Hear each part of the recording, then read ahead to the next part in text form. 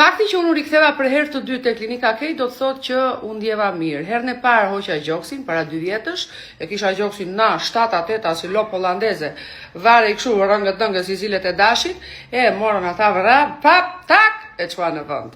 Edhe jam shumë e kënaqur, normal që do rikthesha për të bërë edhe llapat e sy, edhe çdo lloj ndërhyrje tjetër unë vetëm atje kam për ta bërë, sepse ndihem në shtëpinë time.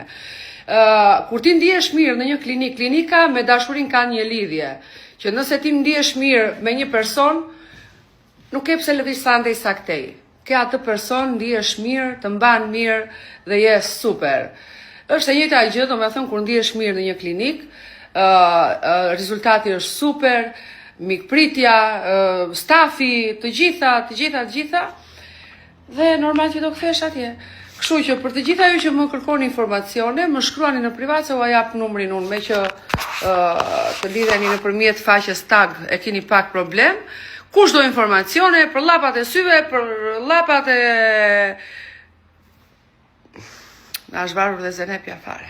Nëse për çdo informacioni më thërrisni, sepse vitin që vjen unë do bëj ndërhyrjen e ratës me zenepen.